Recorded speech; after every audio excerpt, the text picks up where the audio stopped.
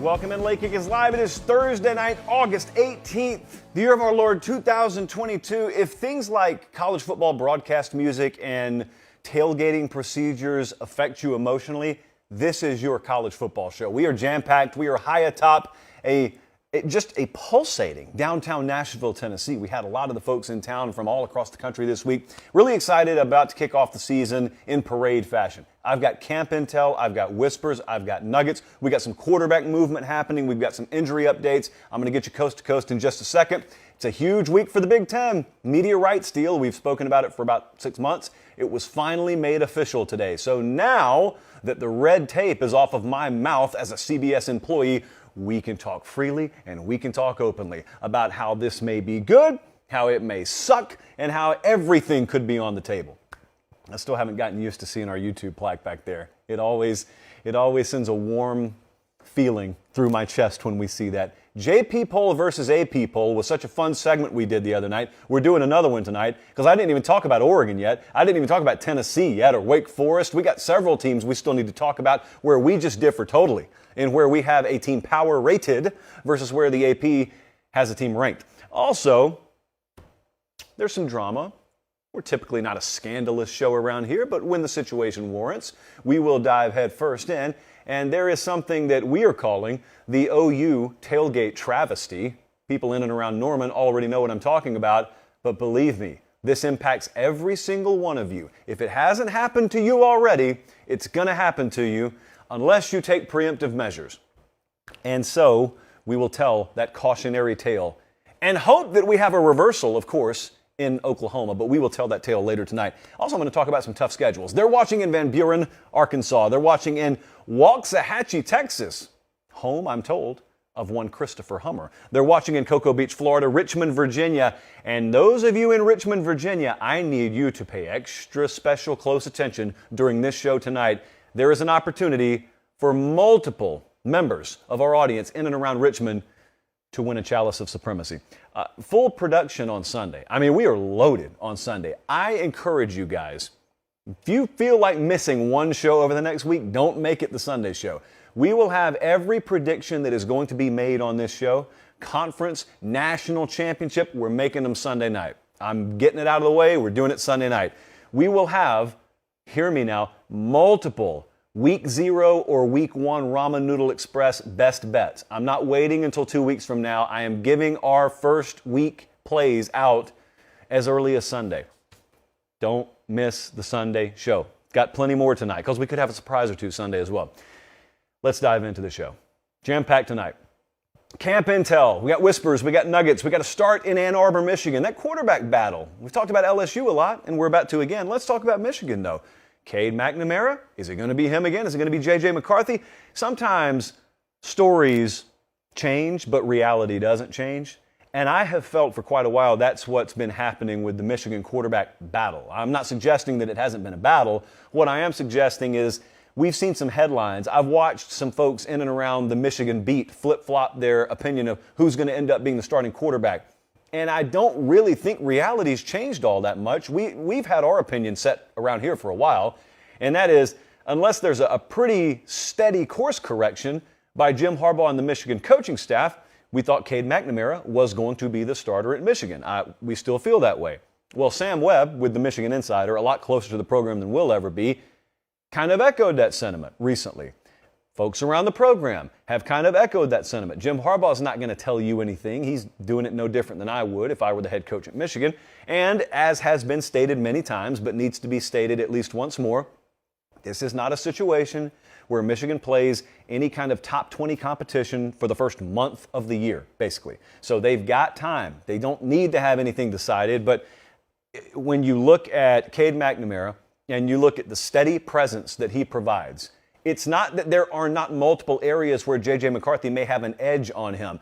I just think they value the poise, the steady presence, how he doesn't lose you football games. My mind always goes back to the Michigan State game last year where we watched J.J. McCarthy turn the ball over. That's an unfair assessment. I'm not saying that's my scouting report of him.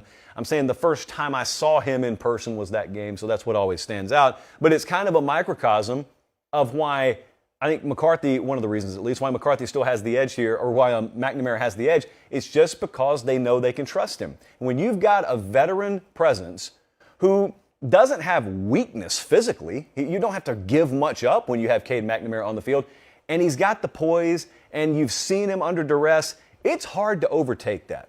And so that's why J.J. McCarthy hasn't overtaken him, so to speak, but it's no mystery. We'll see both of them play. So it was kind of good to see Sam Webb give that update because it validated a lot of what we've more or less felt around here for the entirety of fall camp around Michigan. Now, down at LSU, they've got a quarterback battle going on that went from 3-2 recently because, as we talked about on the previous show, we saw Miles Brennan exit the program. He's just done playing college football.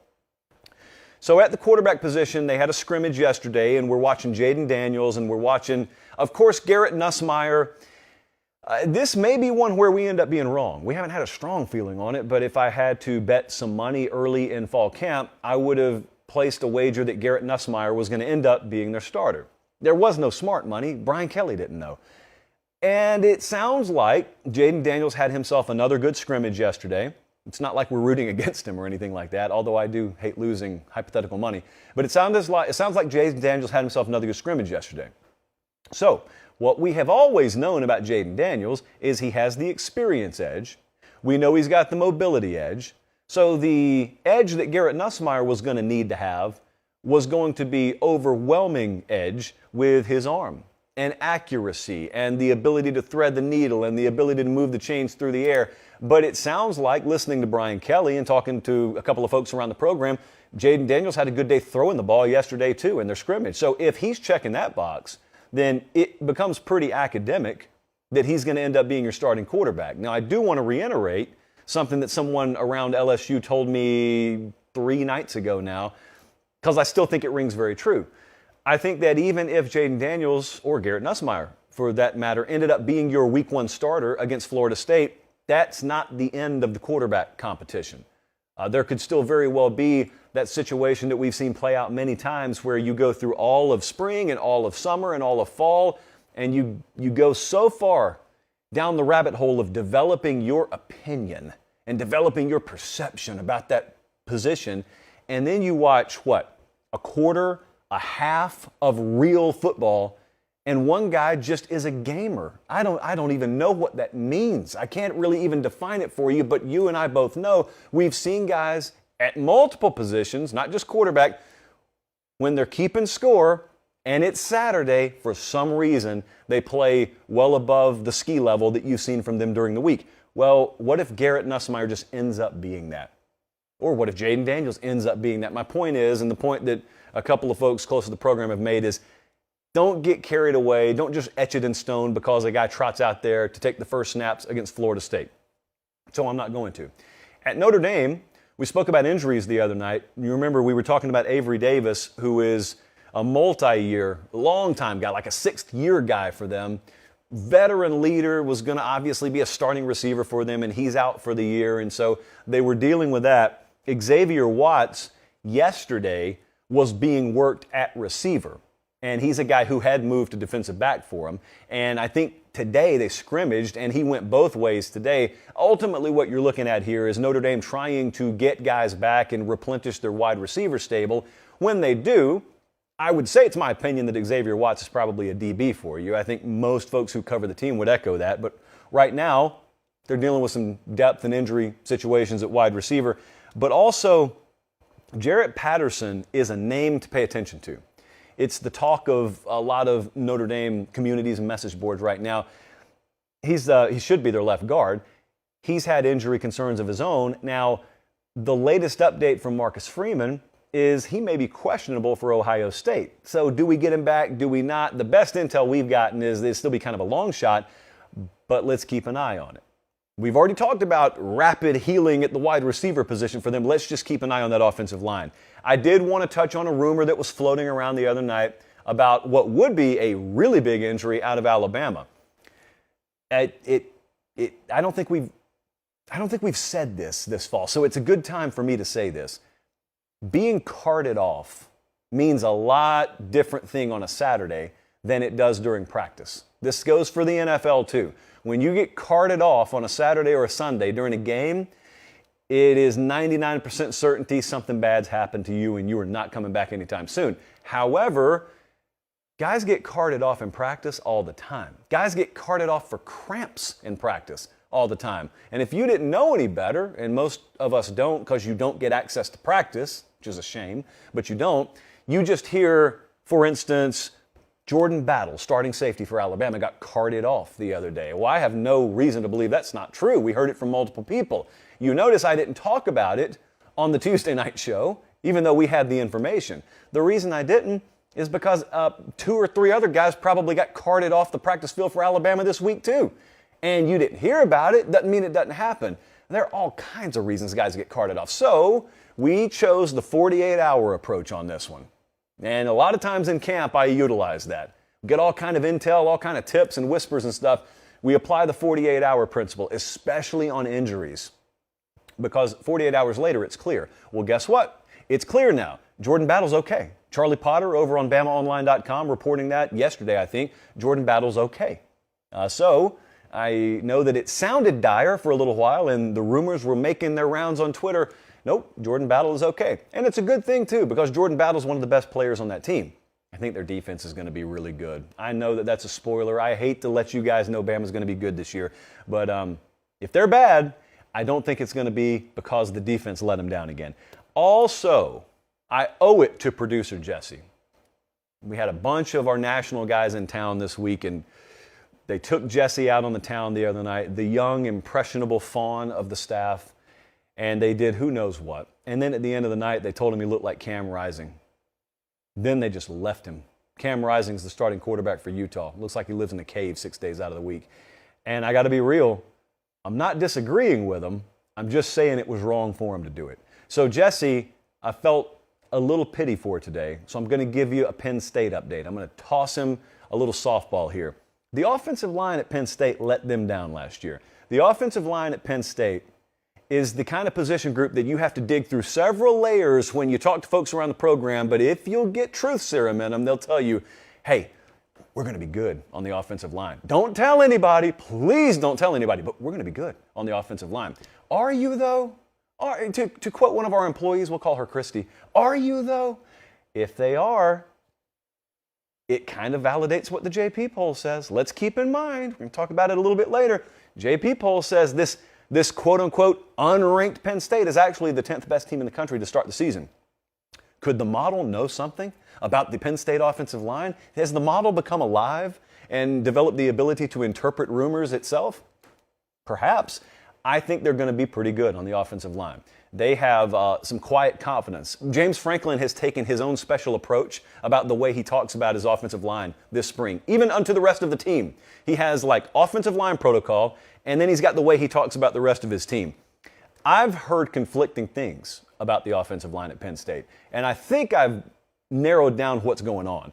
I think the 10,000-foot crowd is the crowd telling me Penn State's offensive line is going to be average at best again this year, maybe even not good. And I think the ones who are day-to-day on the ground around the program are the ones who are picking up the hoofbeats a little bit more that could be pleasantly surprised by how this offensive line looks. Now, let me give the caveat for the 10,000th time this spring, summer, fall. If they stay healthy, I wish we could just put a banner. We got the YouTube plaque over here. How about a banner over here, Colin, that just says, if they stay healthy? We just fly it through every single practice and whispers and intel segment from now until eternity. So, hey, let's just say the cautious optimism verifies, and let's say Penn State does have a good offensive line. Well, at least we could put that ridiculous stat from last year to rest where they didn't have a single 100-yard rusher in a game. That'd be nice.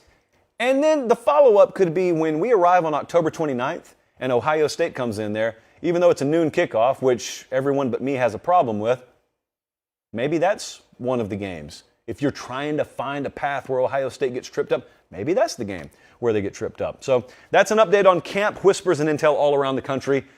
It gets even more important. The air gets even thinner and thinner from this point. We're going to have second scrimmages for some teams coming up this weekend. I imagine our Sunday night segment will be even fatter than that one. It's an important time of the show. Don't fast forward. I implore you, especially if you live near Richmond, Virginia, stay tuned. So you remember about 3 weeks ago, appreciate you guys being tuned in, by the way. Like the video if you haven't already. Remember about 3 weeks ago, there was a new Academy Sports and Outdoors that opened in Panama City. And the folks at Academy, they hit me up and they said, hey, do something with that, please. We don't even want to instruct you what to do, just do something with it. So I made a pact with you guys. Anyone who showed me proof that you went to that store during the grand opening weekend was going to be entered to win a Chalice of Supremacy. Sitting right there. If you're watching on YouTube, it's that little glass figurine. It has the Pate State logo carved into it. It has Pate State Chalice of Supremacy, and they are not for sale. Those cannot be found in the Late Kick store. The only way you get one of those bad boys is if we get New Meredith to ship one to you right from the office. Well, the good news is we have a new Academy Sports and Outdoors grand opening to tell you about tonight. This Friday, aka tomorrow, or aka today if you're listening to the replay, at 11861 West Broad Street in Richmond. Again, 11861 West Broad Street in Richmond. Grand opening, Academy Sports and Outdoors, plain and simple. Somewhere between 5 and 10 of you are going to get Chalice of Supremacy, which is the plural of chalice, sent to you if you prove to me that you showed up for the grand opening. I'll take videos from the parking lot. I'll take videos in the store. Ideally, we would have a picture of a receipt. If you walk around the store and advertise the show and record yourself doing it, you probably get double entered to win a Chalice of Supremacy. But 11861 West Broad Street, Richmond, Virginia. Don't complain any longer about being Academy-less. We have come through for you. Now come through for us. And for the rest of you, visit your local Academy or go to academy.com. I saw a couple of you complain today. It's not fair that only the folks in Richmond get an opportunity to win Chalice. Don't worry. Over the course of the season, there will be several more opportunities. They won't always be tied into Academy grand openings. This just happens to be. There are several ways. If you didn't learn last year, if you're new around here, there are several ways. I mean, we had our audience last year get us banned from College Game Day, and a number of you won Chalice of Supremacy during that effort as well. Can you believe that? That happened. We got banned. Pate State posters and Late Kick posters banned from game day. Whom stood have thunk it? I would. So Academy, Richmond, make it happen. All right, let's get down to business here. Can I crack my knuckles? Yeah, I got one of them. The JP poll came out Sunday. Hurrah. And we did some comparative analysis. What's the JP poll say relative to the AP poll? But I saw Peter Burns, friend of the program, employed by SEC Network and ESPN. He had a good idea a couple of days ago, but he had the wrong logic. Peter Burns, as you see on the screen if you're watching on YouTube, he decided to tweet out the preseason top 25 teams on everyone's schedule. How many top 25 teams does your team play? That's a good idea. We're about to steal it. The bad news, and this is where Peter went down the wrong road. There was a fork in the road. One sign said JP, one sign said AP, and not calling him a casual, but like several casuals in front of him, he took the AP route. He took the road more traveled. And so he showed you how many top 25 teams Arkansas or A&M or Clemson play, but he showed you AP top 25 teams, which, as you know, is not really worth the paper it's printed on. So tonight, I'm going to show you how many top 25 teams you really face this year. They're going to be jaw-dropping in some cases, and we're going to use the true authority, the JP poll. For those of you unfamiliar, the JP poll is just the power rating that our model, our proprietary model, the one that single-handedly keeps us off food stamps and ramen noodle express diet in the fall, and we take it and we apply it to such segments as this one. Let me tell you how tough some of your schedules are. Remember, this is a relative data point. I'm just going 1 through 25. So if you happen to play the 26th, 27th, 28th, and 29th ranked teams in the country, but you don't play anyone in the top 25, yeah, you still got a pretty tough schedule, but it's going to look like you don't play anybody worth anything because you have 0 top 25 games. So it's a relative data point, but a data point nonetheless. There are 2 teams. Before we show you the graphic, I just want to hit the pause button for Director Colin in there. Before I show you this graphic, who do you think plays the toughest schedule in the country? Because there are 2 teams that play 8 of my preseason top 25 teams on their schedule. That is ridiculous. Who are they? Well, they're in the same division, as it turns out. One of them is Mississippi State. The other one is Auburn. They both play 8 preseason top 25 teams. Should be illegal, certainly in their states, and should be illegal everywhere. So the other day, you see we've got Auburn 23rd. This is the first time I've showed you who's ranked beyond the top 20. Auburn is our 23rd ranked team in the country. Let me do a little exercise with you here. I said the other night on the show, the difference in strength of schedule illustrates that you aren't always what your record says you are in college football. I thought I delivered it pretty succinctly.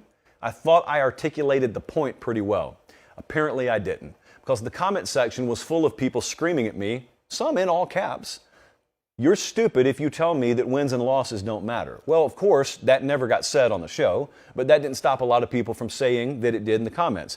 To be clear, wins and losses are all that matter in sports. That's why they're keeping score. That's not what I'm telling you. What I'm telling you is if you're trying to figure out how good a team really is relative to the rest of the teams in the pack, you have to take into account that some have a stiffer challenge in terms of a schedule than others do. So if we're both in the spelling bee, but you're competing against AP 12th graders and I'm competing against 5th graders, it's a different challenge. I may still be smarter than you, but it's not because of the challenge that I faced relative to the challenge you faced. So we try and be fair with that, and I try and say, hey, it's possible for some of these teams to lose multiple games, but still be a top 25 team. Enter the Auburn Tigers. Auburn plays 8 of my top 25 teams in the country this year. So the JP poll says Auburn is the 23rd best team in the country. Here's how wild this is, and here's why power ratings are way different than any ranking system. If everything were to verify, the entirety of the JP poll just ends up being dead on the money. That means Auburn would theoretically go, 5-7, and they would be the 23rd best team in the country. How's that possible? How can you lose 7 games and go top 25 still? Well, that's how. Because the JP poll is sitting here telling you they're the 23rd best team in the country. They play 7 teams ranked above them and 1 just behind them, still in the top 25. So that is where the power rating world differs from the ranking world. That's how, for example, Nebraska could be 3-9 last year, but in the odds-making community, you know, the Vegas power polls and our power rating, we still had them, I think, top 30, even at the end of the year. It's because they just kept losing close games. Oh, it matters in the Big Ten standings, but in a forward-thinking model where we're trying to be predictive instead of reactive, you don't get knocked as much as you would if you were losing 49-7 every week. All right, there's a next tier. So Auburn and Mississippi State, the toughest schedules in the country according to the JP poll. Then there are 5 teams that have 7 opponents in the top 25. There's a theme here. See if you can catch it. Those teams are Alabama, Texas A&M, Arkansas, Ole Miss, and LSU. Quiz! What do those teams have in common? Yes, friends, they all reside in the SEC West. I know what's coming. And I love when you guys comment on the videos, but let me save you some time. Colin, the mic's about to pop, so just get ready for it. I'm going to save you some time. In the interest of saving you time, I'm going to make your allegation for you. SEC bias. The model has implicit SEC bias. You yelled it through me at the computer. But friends, I want to remind you just that. You're yelling at a computer. That computer has no clue what the SEC is. It just sees a bunch of numbers. There is no SEC bias as much as there is just a lot of really good competition in the SEC West this year. We got every one of the teams ranked in the top 25. The entire division power rates inside the top 25. You would see that is closely reflected in any kind of odds-making community power rating too. So when you see point spreads come out, I think you might even be alarmed at how tight the point spreads would be. If you could see a hypothetical Mississippi State versus matchup or an Auburn versus matchup, and you took some of your higher rated teams in other conferences, they may be dogs to Mississippi State, no pun intended. So there's not SEC bias there. The bias is they're good, and they recruit really, really well, and they load the rosters up. That's the bias. Who has the weakest schedule? This certainly wouldn't be the kind of segment it needs to be if I didn't tell you who plays the weakest schedule. This sent off a couple of alarm bells for me because there are 2 teams. 2 teams play a grand total of 1 top 25 team. You want to know who they are? One of them plays their lone top 25 opponent in week 1, and that would be Cincinnati or Cincinnati. The other team that plays the weakest schedule out of the top 25 is NC State. Their lone top 25 opponent, power rated, is at Clemson. So what do I make of that? Are we even playing the same sport when I am competing for the same championship as you, and I got the casuals over here telling me you are what your record says you are, and I'm going to face one top 25 opponent, and you're going to face 8 of them? I love that world if I'm the one playing the one top 25 opponent. NC State's lone top 25 opponent is at Clemson, by the way. So we're looking right now, Utah's in there as well, so there were 3 of them. Utah's lone top 25 game, Jesse's at USC? Yes, so their lone top 25 games against USC. So there are actually 3 of them. Point being, 2 of those 3 teams are really seriously in the playoff conversation in the preseason. And I kind of would say all 3, but I don't know how many people are taking Cincinnati seriously as a playoff team because they lost so much and they're a G5 team. Let's just be real about it. But those other 2, Utah, co-favorite, any given day, it kind of fluctuates, but any given day they're a co-favorite or the favorite to win the Pac-12. And then you've got NC State, whose lone top 25 team is also their biggest hurdle. It is a road game at Clemson, and the rest of their schedule is workable. It's not easy per se, but it's workable. So you keep that in mind. If you're trying to buy stock in a sleeper, there's nothing that you pull up on NC State's front after you label them a sleeper and makes you go, oh, never mind, I didn't know they played them, and them. Nope, it's not there. So by conference, if you wanted this aggregated here, their JP poll has 10 SEC teams in the top 25. Bias, not so much. The Big Ten has 5 in there, Big 12 3, ACC 3, Pac-12 2. Notre Dame's in there as an independent, and the AAC has 1 team in the top 25. So that, from a numbers perspective, is how we figure toughest schedules this year. Again, that is a relative data point. Because if you got like 10 opponents in the 26 through 40 range, you got a really tough schedule. It just doesn't look like it in that particular data point. Let's get back to some good old-fashioned AP versus JP comparative analysis here. Tennessee is our 15th ranked team in the country in the JP poll. The AP has them outside the top 25 entirely. We have to go past the top 25. We have to look down below the bottom column where it says teams that also got votes, and Tennessee's the first one listed there. So they are the 26th ranked team in the country. Hogwash, as Meemaw would say. Hogwash, people. Tennessee, ranked top 15, had to manually throttle the Vols down a little bit to put them at 15. I think I was right in doing that. You know what I chose to do tonight?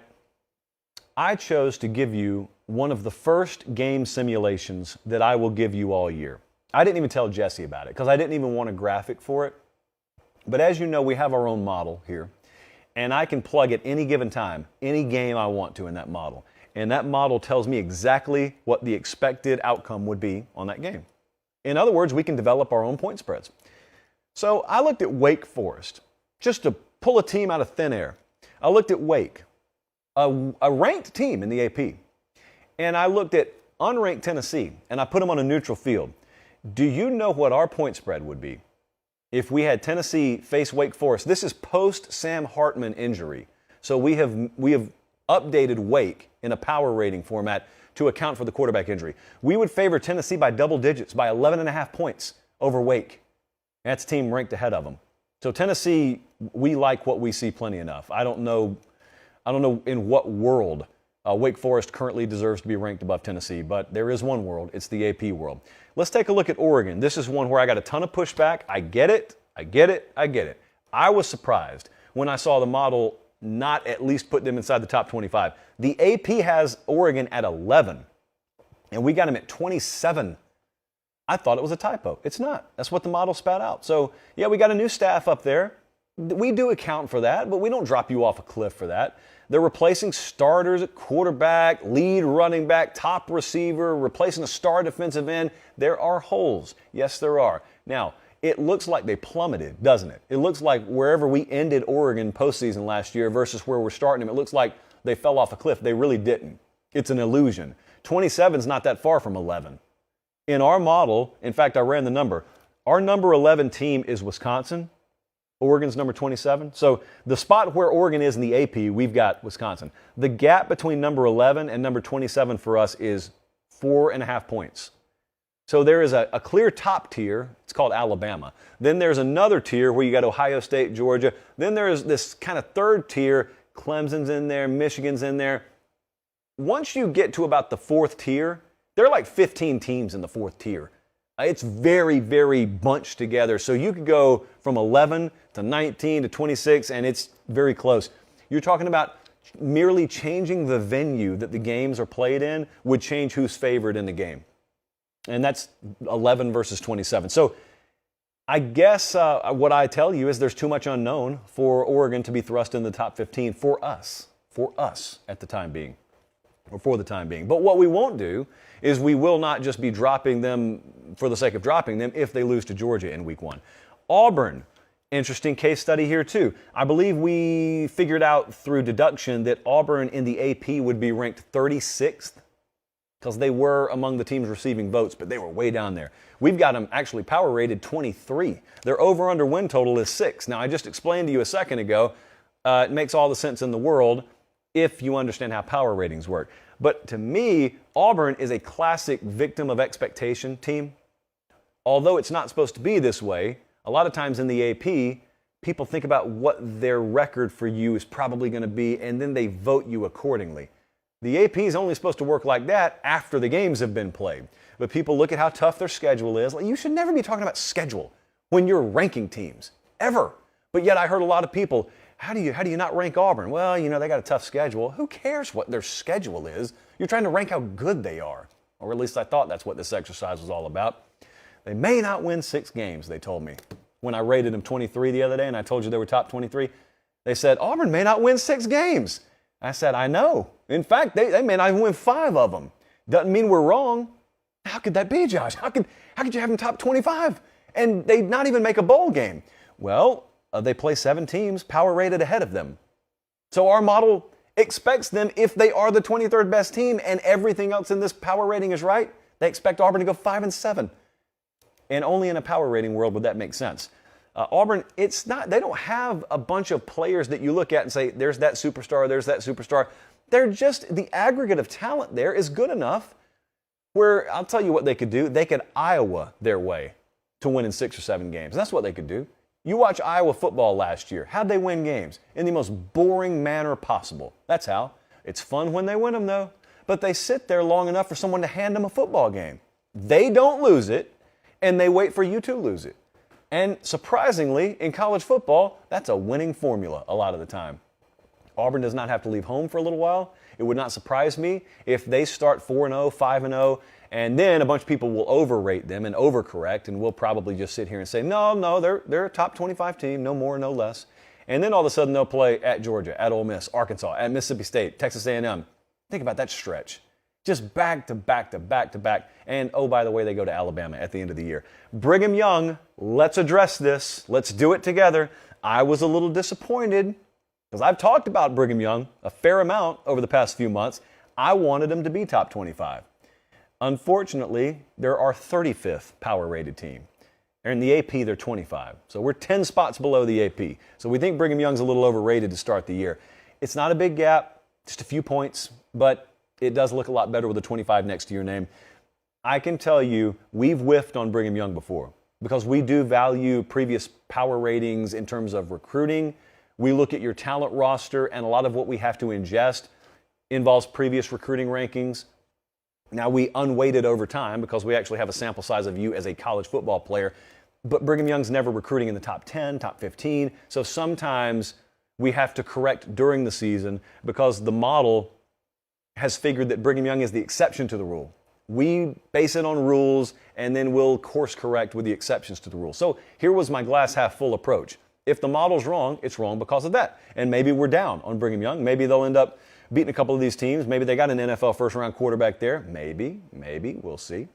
Nevertheless, that explains, briefly, why Brigham Young is 10 spots lower in the JP poll. Pitt, a lot of controversy around where we have Pitt. The AP has Pitt 17th. JP poll has Pitt 32nd. How is this? Well, I wanted to know first off how big the gap is. So 17th for us is Oklahoma State. Pitt at 32 Oklahoma State at 17. If we played that game today, what would the model think? On a neutral field, we would favor Oklahoma State by 3.5. So it's not a wide gap. It's a very, very small gap, as I told you it was. West Virginia plays them in week 1. So my point there is we don't have to wait very long to start finding out whether we're right or we're wrong on Pitt, because they play West Virginia and Tennessee the first 2 weeks of the year. Now, here's what's interesting. We don't have West Virginia rated higher than them, but if we see a really close game, even if Pitt wins, if we see a really tight game, and then we see Tennessee beat them in week 2, Pitt's ranked ahead of Tennessee in the AP. We got Tennessee well ahead of Pitt. So that will be an early season JP versus AP game. So that's good news because, hey, if we're wrong, we want to find out as early as possible. Most of the time, the opposite is what's happening. Not all the time, though. Inevitably, we're trying to power rate everyone. We're not going to be right on everyone. So if Tennessee is one of those that we're not right on, or Pitt isn't, we'll find out early on. They're watching us in Jacksonville, Florida.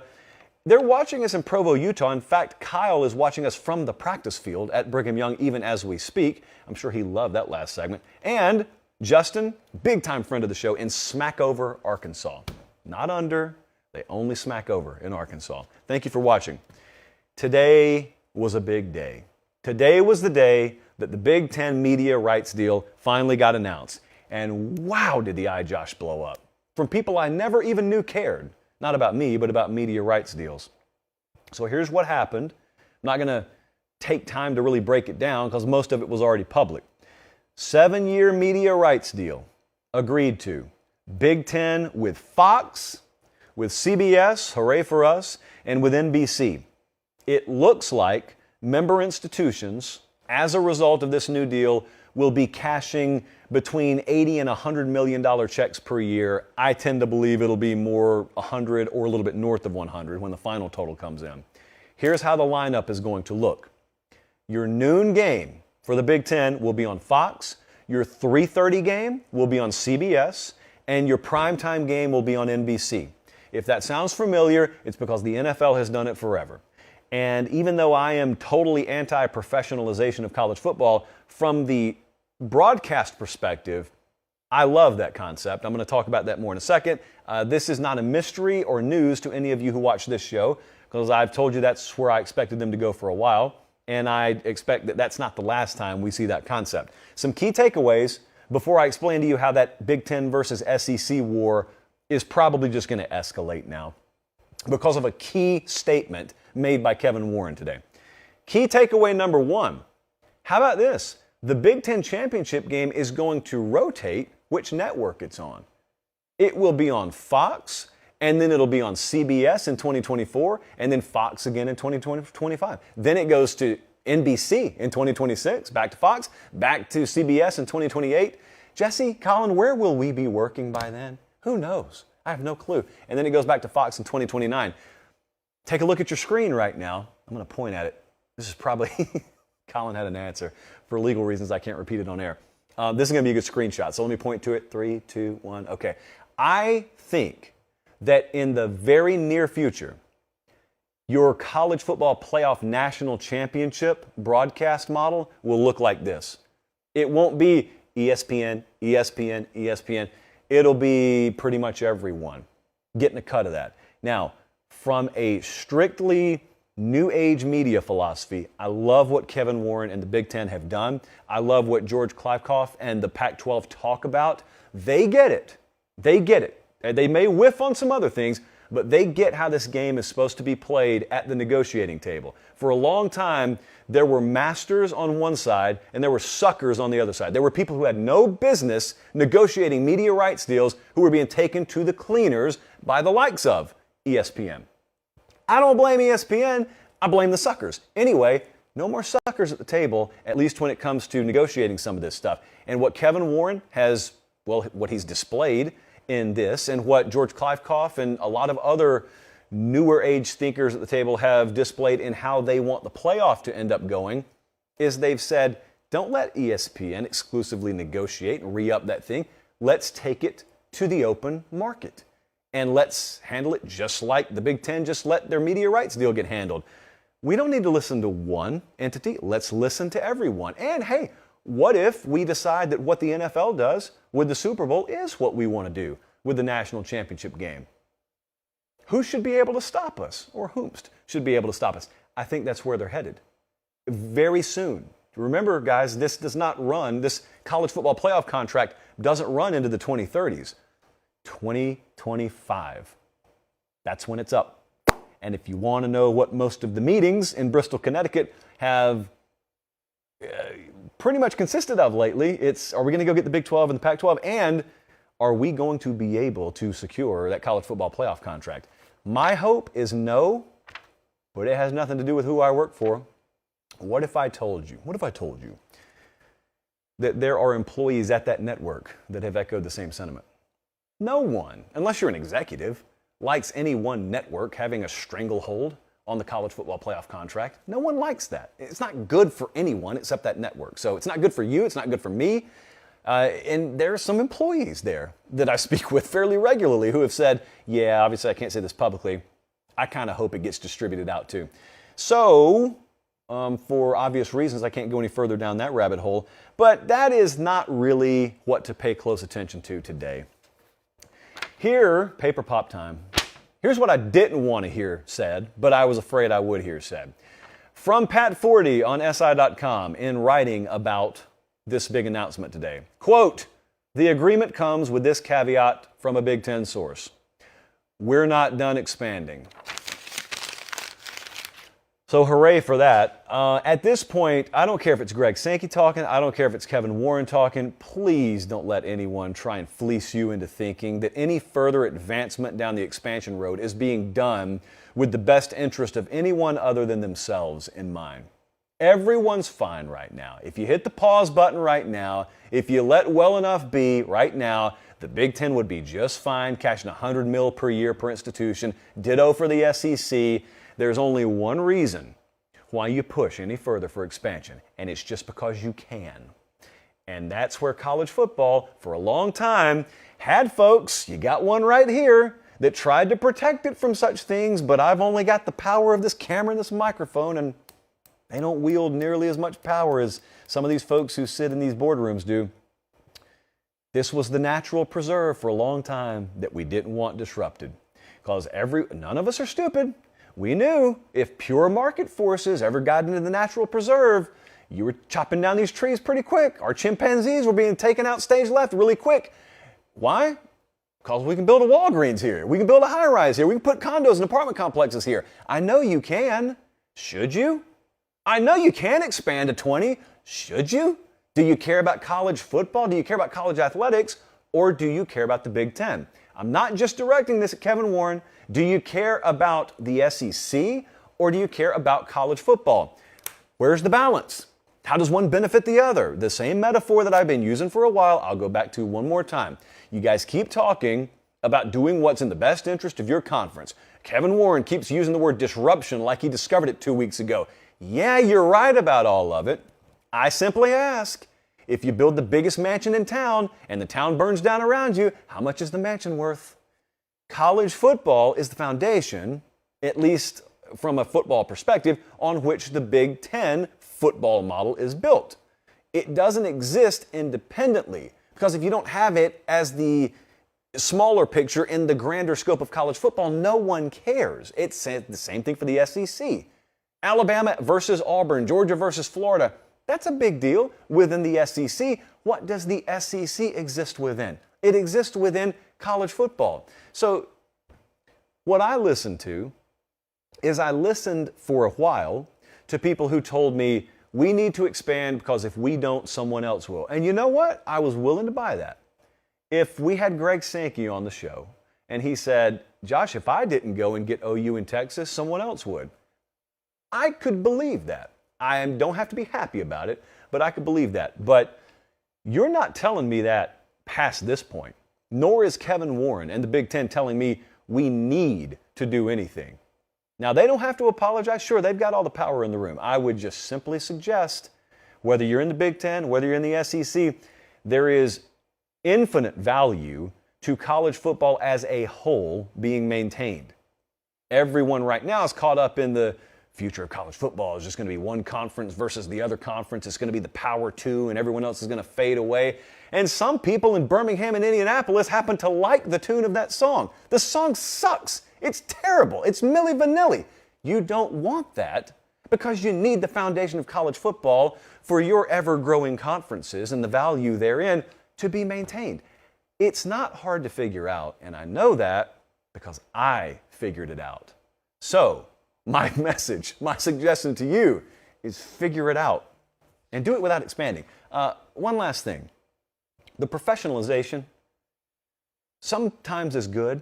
You know, there are some aspects of the NFL model that are good. I just told you there's one I like, and that is the broadcast perspective. That is the philosophy behind how we align with networks. That's fine. That's all well and good. But there's a lot of Sunday logic that's arriving at the Saturday table right now, and I'm not a fan of it at all. And you're not a fan of it at all. And there are some others out there who believe they are fans of it until they find out what that's all about. And then you're going to realize you just poured orange juice in your cereal. I love cereal. I love orange juice. They don't taste good together. The Sunday philosophy applied to our Saturday game is not going to taste very good, even though the ingredients on the surface all look like ingredients you approve of. Be careful what you wish for. There's no going back from this stuff. It may be out of our hands already, but I can assure you, once you go down that road, they call it a slippery slope for a reason. No one ever climbs up a slippery slope. Their voice fades further and further into the abyss. Don't go into the abyss, especially when you don't have to. What you should do, though, is you should like the video and subscribe to the channel. Please and thank you. Because we're not even at 1,000 yet, so I think we can get that done. Okay, I need to touch on something here, immunity. And it's very important. It's extremely important at Oklahoma right now, but it's very important for the whole nation. So, Colin, I didn't like that intro, so let's cut it in here. For those of you watching live, this is just us doing live production. 3, 2, 1. Oklahoma has scandal on its hands right now, and it's avoidable, totally avoidable, as many scandals are. So, Oklahoma does a lot of things right.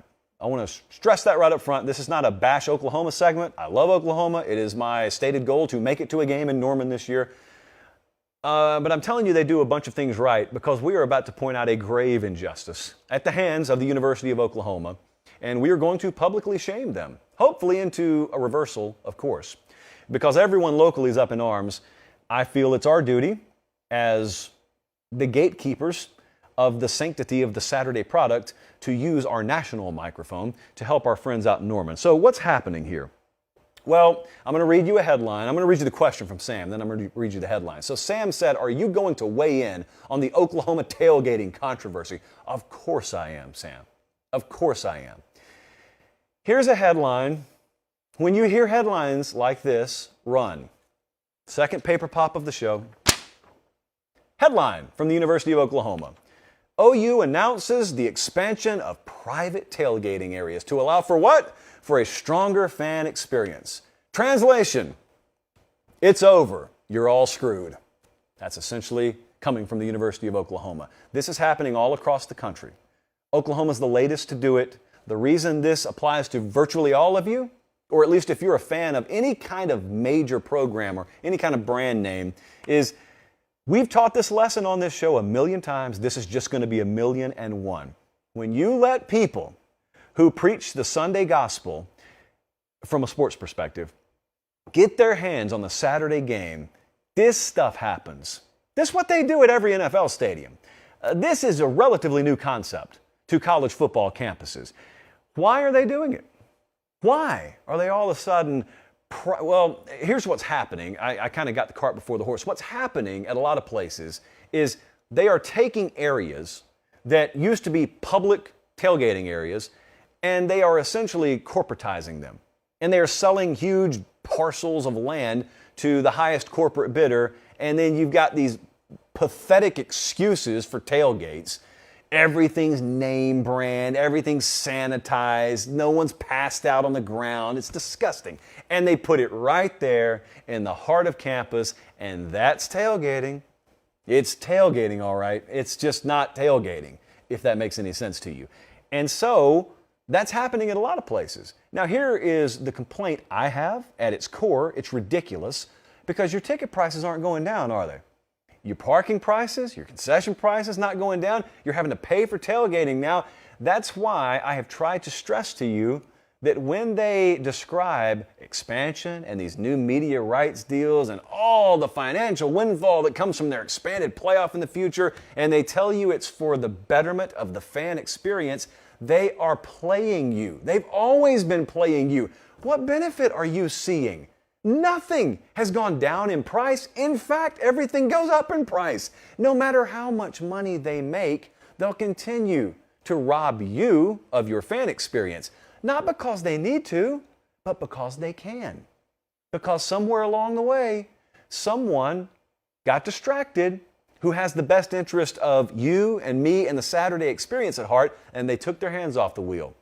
When you take your hands off the wheel of college football, the big threat is always that someone from the Sunday world is in the passenger seat. It's happening at Oklahoma right now. You tailgated here for 30 years, doesn't matter. Because a big brand has come in and they're going to pay X amount of money, and we're going to give that to them now. Not because we necessarily need it. You look around, we're building new facilities all over the place. Oklahoma doesn't need the money. Plus, we're about to move to the SEC in a couple of years. We'll be making $100 million just because we have their sticker on our helmet. No, we don't need that money. We're taking your tailgate spot because we can. Is that the spirit of Saturday? Is that the spirit of college football? Of course not. But the folks making the decision could not care less about any of the things I just mentioned. What's happening at Oklahoma has happened all throughout the SEC. It's happened in the Big Ten. It's happening everywhere that you have a brand that was built long before the suits arrived that's able to be sold and able to be partnered with corporately. And that's the way it is. So, once again, I say, be very careful allowing the Sunday logic to spill over into Saturday.